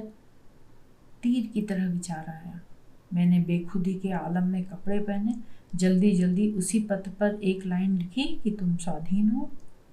आघात, आंसू और अंधेरा यही उस समय मेरे रहनुमा थे। जिधर बढ़ा ले चले मैं बढ़ चला। घंटों वीराने में बैठकर तरह तरह की बातें सोचकर बिता दिए। सावित्री अगर अपने पहले पति के पास जाना चाहे, मान लो चली जाए, तब मैं दुनिया को मुंह किस तरह दिखाऊंगा? दोस्त अहबाब खिल्ली उड़ाएंगे। मैंने सोचा कि ऐसी दशा में मैं यह घर, नगर, नौकरी सब छोड़कर सन्यासी हो जाऊंगा। लेकिन अगर वह मेरे पास ही रहना पसंद करे तो? बाहर का अंधेरा मेरे मन के अंधेरे से मिलकर चारों ओर घटाटोप छा गया। कुछ नहीं सूझ रहा था। कदम अपने आप मुझे घर की ओर बढ़ा ले चले। शायद उनके लिए भी दूसरा चारा न था। खिड़की के जंगले की परछाई बगीचे की सड़क और चारदीवारी के किनारे लगी मेहंदी की बाड़ पर लंबी होकर पड़ रही थी, और उस परछाई के बीचों बीच एक इंसान की छाया अंकित थी। वह इंसान सावित्री के अलावा और कौन हो सकता था? मेरे पैर वहीं के वहीं ठिठक गए। एक बार यह इच्छा भी हुई कि लौट चलूं, कौन है? कोठी का चौकीदार दूसरी ओर से गश्त लगाता हुआ मेरी तरफ आया। मुझे जवाब देने पर मजबूर होना पड़ा। जंगले की परछाई से इंसानी परछाई झट से अलग हो गई। मेरे घर के दरवाजे खुल गए। सावित्री दरवाजे पर खड़ी थी। मैं सावित्री से नजरें न मिला सका। सीधा जाकर आराम कुर्सी पर गिर पड़ा और आंखें मूंद ली। मन की तहों में दबी हुई मेरी आशा के अनुरूप सावित्री का स्वर ही सुनाई दिया। मेरी खींच और बढ़ गई। पल मिनट बनकर बढ़े और मिनट भी बीत गए। सहसा मुंदी आंखों पर तेज चमक पड़ी। कैमरा क्लिक होने की आवाज कान में आई। आंखें खुल गई। देखा, मेरी पत्नी कैमरा लिए खड़ी मुस्कुरा रही है। मुझे देखते देखकर उसने कहा, तुम्हारा यह मूड तो अब दोबारा देखने को मिलेगा नहीं। फोटो खींच ली ताकि याद रहे। इतनी देर की असाध्य वेदना के कारण बात बड़े ही उलझे और अटपटे ढंग से मेरे कानों में प्रवेश कर सकी। सावित्री हाथ पकड़कर खींचते हुए बोली, उठिए उठिए, आपको तो बीवी की बेवफाई सता रही है और मेरी आंतें भूख के मारे सुलग सुलग कर कंडा हो रही हैं। कहती हूँ चलो भी, उठो, हाथ मुंह धो लो। अभी मेरा लड़का और भूतपूर्व पति आने वाले हैं मुझे लेने के लिए। सावित्री मुझे अपने अनुशासन में बांधती गई। जैसे जैसे मन संभलता गया, उस पत्र को लेकर मेरा कौतूहल भी बढ़ता गया। पर सावित्री को तो मुझे और सताना था। अपनी खरीदी हुई मशीन दिखलाई, स्टोव, बिजली की इस्त्री दिखलाई, मेरी कमीजों के लिए कपड़ा दिखलाया, सबके दाम बतलाए। कितनी दुकानें घूमकर किफ़ायतशारी से सौदा किया, इसका ब्यौरा सुनाने लगी। मैंने कहा, सावित्री, मैं बात सुनने के लिए मर रहा हूँ। मैं क्या जानूं? सावित्री शर्मा नाम की कोई और स्त्री नहीं हो सकती क्या? पर यहाँ का पता? इस कोठी के अकेले किराएदार क्या तुम ही एक शर्मा जी हो? तो क्या शर्मा जी वकील साहब की? धीरे बोलो। हाँ, उनका भी वही नाम है। मिसेस राजदान मुझे बतलाती थी कि पहले ये शर्मा जी की बड़ी लड़की सरोज को पढ़ाने आया करती थी। फिर इन्होंने सिविल मैरिज कर ली। अपनी स्थिति को सुरक्षित पाकर मेरे मन में श्रीमती सावित्री शर्मा के प्रति सहानुभूति उमड़ने लगी। ध्यान गया, वे बड़ी सरल और शांत हैं और उनके चेहरे पर सदा उदासी की काली छाया भी पड़ी रहती है। शर्मा जी भी बड़े सज्जन और गंभीर पुरुष हैं। उन्हीं की कृपा से मुझे यह घर मिला है। क्या उन्हें अपनी पत्नी के पिछले रिश्ते का पता होगा? रात बड़ी देर तक हम एक दूसरे की बाहों में सुरक्षित पड़ोस के घर की बातें करते रहे। हम लोग सुरक्षित होकर भी परायों के लिए उदास रहे। पड़ोसिन की चिट्ठी उसे दे दी जाए अथवा नहीं, इस पर भी विचार किया। अंत में हमने चिट्ठी न देने का निश्चय किया। 2 रोज बाद फिर पत्र आया। पत्र लंबा था और क्षमा याचना से भरा हुआ, बड़ा ही करुण था। तीसरे चौथे रोज फिर पत्र आने लगे। डाकिया उन्हें मेरी सावित्री के समझकर मेरे घर छोड़ जाता था और हम लोग भी पराई कहानी जानने के लिए उन्हें चुरा कर पढ़ते रहे। इस बीच में मेरी सावित्री ने वकील साहब की सावित्री के साथ अधिक उठना बैठना शुरू कर दिया। सावित्री पड़ोसिन सावित्री की प्रशंसा करते नहीं अखाती थी। वकील साहब की पहली पत्नी के दोनों बच्चों को उसने ऐसी ममता दी है कि उन्हें अपनी माँ की याद भी नहीं आती। वकील साहब का जीवन भी शांति और संतोष से भरा है। एक दिन पत्र आया। यह पत्र सबसे छोटा था। लिखा था, मुझे इसकी शिकायत नहीं कि तुमने मुझे माफ न किया। सिर्फ मौत ही मेरे गुनाहों को माफ कर सकती है। अशोक को बुखार आ गया है। डॉक्टर टाइफाइड बतलाता है। पर अब मुझ में किसी की तीमारदारी करने का कुछ भी उत्साह नहीं रहा। आज शाम से कल सुबह तक किसी भी समय, खास तौर पर ऐसे समय जब अंधेरा मेरी मनहूस सूरत को तुम्हारी दृष्टि से बचा सके, अशोक तुम्हारी कोठी के फाटक पर पड़ा होगा। अपने बच्चे पर दया आए तो उठा लेना। पत्र पढ़कर हम दोनों घबरा गए। पड़ोसिन से उसकी चिट्ठियां छिपाकर हमने बड़ी नादानी, बड़ा अपराध किया। इससे एक व्यक्ति की जान चली जाएगी, पर चोरी उगलना बड़ा कठिन। फिर भी हमने यही करने का निश्चय किया। सावित्री बोली, तुम होटल जाकर इस राम को बुला लो। मैं सावित्री से किसी तरह सारी बात समझाकर कह दूंगी। होटल के कमरे में पड़ोसिन के भूतपूर्व पति और उसके बीमार बच्चे को देखकर बड़ी ही दया उपजी। राम का शरीर कांटे की तरह सूखा हुआ, चेहरे पर मुर्दनी, केवल फटी फटी आंखें ही जाने किस आशा की ज्योति से जगमगा रही थी। पड़ोसिन का बेटा, जिसकी आयु लगभग 4 वर्ष की होगी, बुखार में बेहोश पड़ा था। मैंने राम को अपना परिचय दिया और उससे फौरन अपने घर आने का आग्रह किया। बीमार अशोक को ले जाना या अकेला छोड़ जाना असंभव था। मैंने राम के लौट आने तक वहीं बैठे रहने का निश्चय किया। लेकिन राम फिर लौट कर न आया। 4-5 घंटे बाद वकील साहब और उनकी सावित्री ने कमरे में प्रवेश किया। सावित्री गहरी, उदास, कठोर मुख मुद्रा और आंसू विहीन, पथराई दृष्टि से देखने वाली नारी अपने बेटे को देखकर कटे पेड़ से गिर पड़ी, बेहोश हो गई। घर जाने पर मेरी पत्नी ने बतलाया कि बड़ी देर तक राम के बैठे रहने पर भी अपनी पत्नी को एक झलक देखने के लिए गिड़गिड़ाहट भरी प्रार्थना करने पर भी, मेरी सावित्री के बार बार कहने पर भी पड़ोसिन ने मिलने से इनकार कर दिया था। सहानुभूति ने दोनों सावित्रियों में सौहार्द उत्पन्न कर दिया। एक दिन मेरी सावित्री ने अंतरंग क्षण में पड़ोसिन से पूछा, बहन, तुमने अपने पुत्र को तो बचा लिया, परंतु उसके पिता को सदा के लिए मिटा दिया।